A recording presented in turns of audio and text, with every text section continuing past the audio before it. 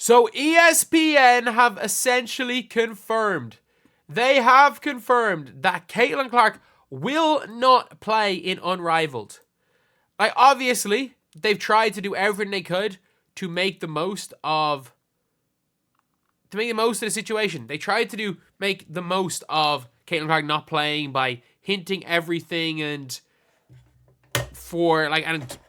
basically making people think that Caitlin Clark was going to play.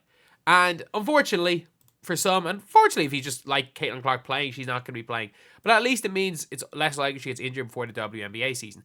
Before we get onto it, if you guys are new to the channel, subscribe. We're trying to hit 40K by the end of the year. That is our goal. If we can somehow go from 0 to 40K in 6 months, that would be berserk coming into the business end of the college season and the rest of the WNBA season. But anyway, let's take a look at this. Indiana Fever star guard Caitlin Clark will not play in the new 3-on-3 league Unrivaled for its inaugural season. A source with knowledge told ESPN on Wednesday. Unrivaled announced the players, but there are still 2 wildcard spots to complete the 36 players. All of Unrivaled's games will be played in Miami. Clark's rookie of the year, obviously we know that. And it says here, Clark will still be busy with events in WNBA's offseason. Last week, she took part in a Pro-Am. Today, I'm pretty sure she also took part in a Pro-Am as well. It says, it was announced Tuesday that she'll be a guest speaker for Women's Sports Luncheon. Women's Sports Awards Luncheon? What is a luncheon? I thought that was a made-up word from the Steamed Hams clip. A formal lunch. I hope you're about to have an unforgettable luncheon. We're making steamed hams. Steamed clams. No, I said steamed hams. It's the only time I've ever heard the word luncheon used. In Kansas City on February the 4th at T-Mobile Center. It's one of the largest events in the country celebrating National Girls and Women's Sports Day. Okay, cool. Clark averaged this from the Fever. Okay, so nothing more than the source saying that she will not be there. That seems to be it.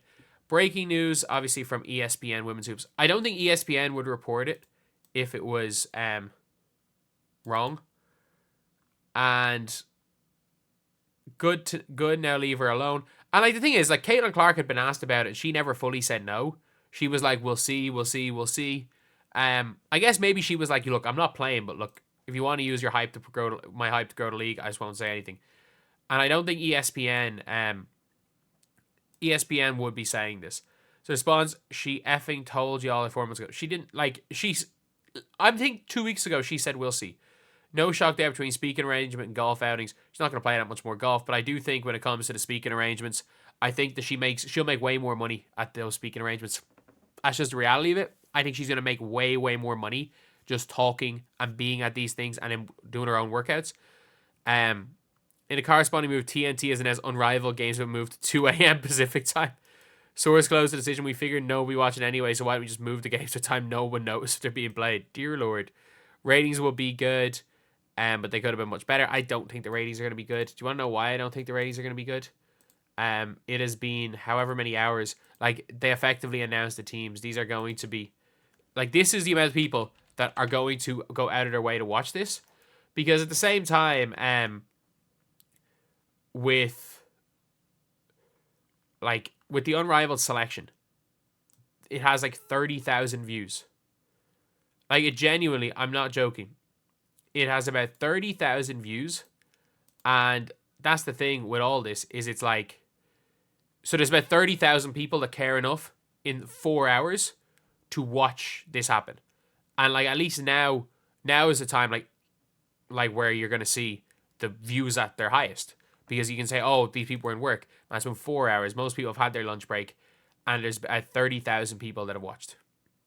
And with about 30,000 people watching this, means that, let's just say, there's only 30,000 extra people compared to people that would normally just be scrolling. It's going to be in the... I think it's going to be in the 100,000s. The low 100,000s range.